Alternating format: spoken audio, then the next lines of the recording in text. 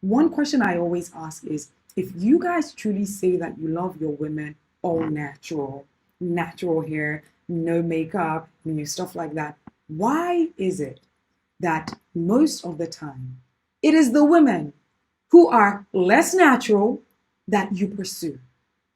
Tell me. Why is it that it is the women who have the blonde weaves, the long weaves, enhancements everywhere that you pursue? You're pursuing them on social media. Your eyes are pursuing them when you meet them, when you go out. Unleash the power of knowledge and connect with the heartbeat of the African diaspora. Download our African Diaspora News Channel app now on Google Play and Apple App Store. Stay informed with authentic and diverse perspectives, breaking news, and cultural insights. Immerse yourself in a community that celebrates unity, resilience, and progress. Experience the vibrancy of the diaspora at your fingertips. Don't miss out. Empower your perspective today. Search African Diaspora News Channel and join the conversation. My name is Ify Igwe, reporting from Nigeria's African Diaspora News Channel. Disclaimer, no, I did not take out my hair just for this video. It's wash day tomorrow and it's just very coincidental. All right, let's talk about this. It's shaking things up in a very, very big way. And I think this is the perfect hairstyle to report on this story. For the very first time in history, an African pageant has banned wigs, weaves, and any kind of hair extensions during the pre-selection stages. Now, contestants must wear their natural hair, whether it's long, short, braided, or even shaved. All this is happening at the Miss Cote 2025 beauty pageant. Now, some people are applauding this decision as a bold step towards embracing natural African beauty. Others feel like this rule is actually restricting women's freedom to express themselves. So, is this a progressive move or is it limiting women's choices? Let's break it all down, and I would love to get your take on this one. The big question is, why did Côte d'Ivoire make this rule? The organizing committee says that the goal is to encourage authentic African beauty. They want contestants to, showcase their natural hair and feel confident in it without relying on artificial enhancements. And honestly, I get it, right? For a very long time, beauty standards in Africa have been influenced by Eurocentric ideals, right? Many women feel pressure to straighten their hair, to wear wigs, or to add extensions just to be considered polished or professional. So this could be a way of just pushing back and celebrating our beauty on our own terms. Now, just taking a look at what the committee said, Victor Yapobi, who's the president of the organizing committee, referenced the past Miss Universe contestants who wore short natural hair and they still made an impact, right? Plus Merlene Kouassi, who is the Miss Cote d'Ivoire 2022 winner, she rocked her short natural hair throughout the competition. So she may have influenced this decision too, but that's not the only change. There are other changes like the minimum height. The minimum height requirement has been lowered slightly from 1.68 meters to 1.67 meters. And the age limit has also been extended from 25 years to 28 years. So they're trying to make the competition more inclusive in some ways, but the hair rule. Thank you, Côte d'Ivoire, for taking this decision. I know a lot of women will not like this because women and wigs with weaves are 5 and 6. But anyways, as you can see the news up, Côte d'Ivoire took a bold step, saying no more weaves or wig into their competition, their beauty contest. They don't want to see you wear any wig. A lot of women will not go to this. A lot of girls not go like this because women always like my body, my choice. Until it's their house girl. Then that time it's not their body, their choice. Don't wear this in front of my kids. Don't wear this in front of my husband. So now get sense. Anyways, Côte d'Ivoire has passed the law that if you want to contest in their beauty whatsoever, you don't need to wear any wig. They need natural hair. I like this.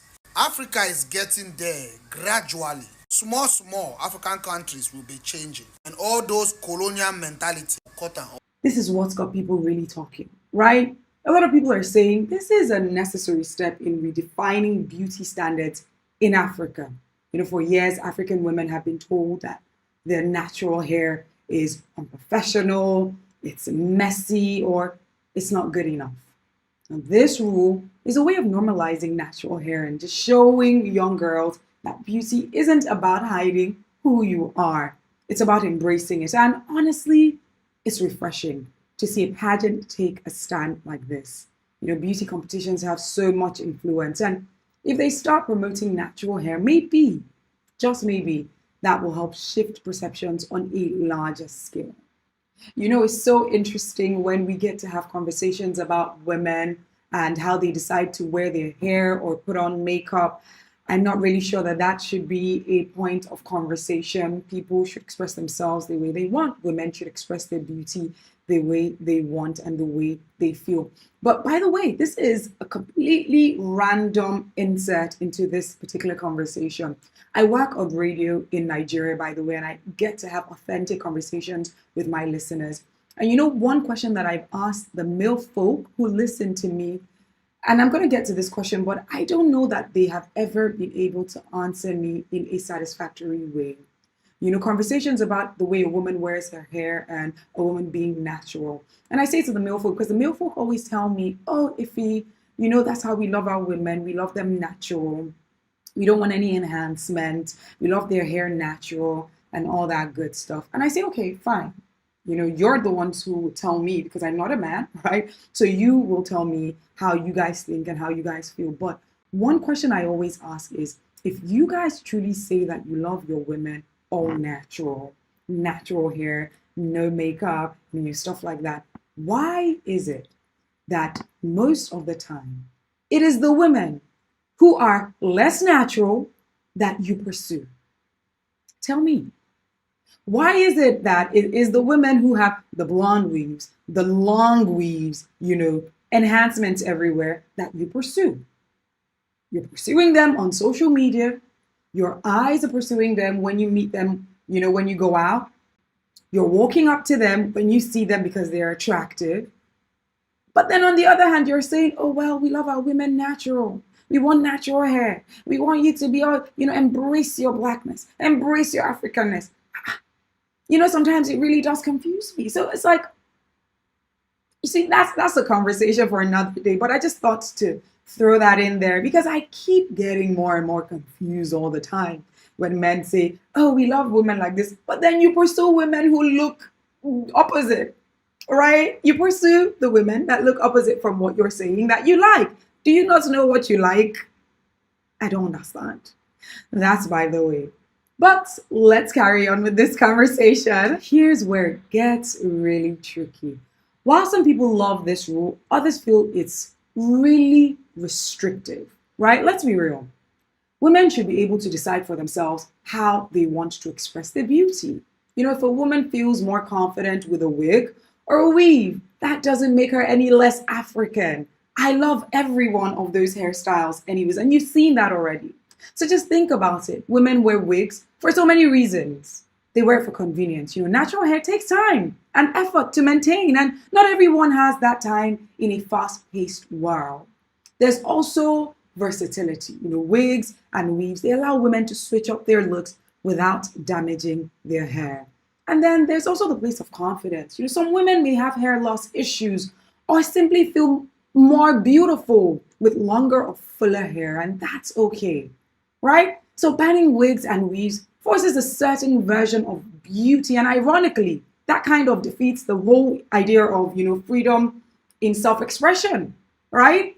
Empowerment should be about choice, not telling women what they can or can't do with their hair. So where do we land in this? I think the intention behind this rule is great. Promoting natural beauty is important. And it's great to see an African pageant celebrating hair in all its natural forms. But at the same time, beauty is personal. A woman should be able to define beauty for herself, whether that means rocking an afro, braids, a bun, a wig, a weave, whatever it is. At the end of the day, the real beauty isn't about what is on your head. It's about who you are and how you carry yourself.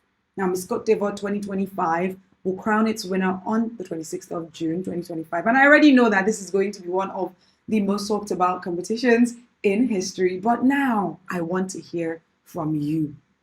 I'm really curious about what you think. Do you think banning wigs and weaves is a step forward for African beauty, or Do you think it's restricting women's freedom of choice? Drop your thoughts in the comments. And like I said, for me, I love rocking my hair whichever way I want, whichever way I feel. I love my weaves. I love my wigs. I love my hair. My hair is natural and I love how full it is. And I just love the look it gives me. But I want to be free to do whatever it is that I want to do without people making me feel any less African, right? Being African is beyond the type of hair that you rock. Being Black is beyond the type of hair that you rock. So I believe women should be allowed to express themselves. What are your thoughts? Drop it in the comment section. Follow me on TikTok at IFY_I. Don't forget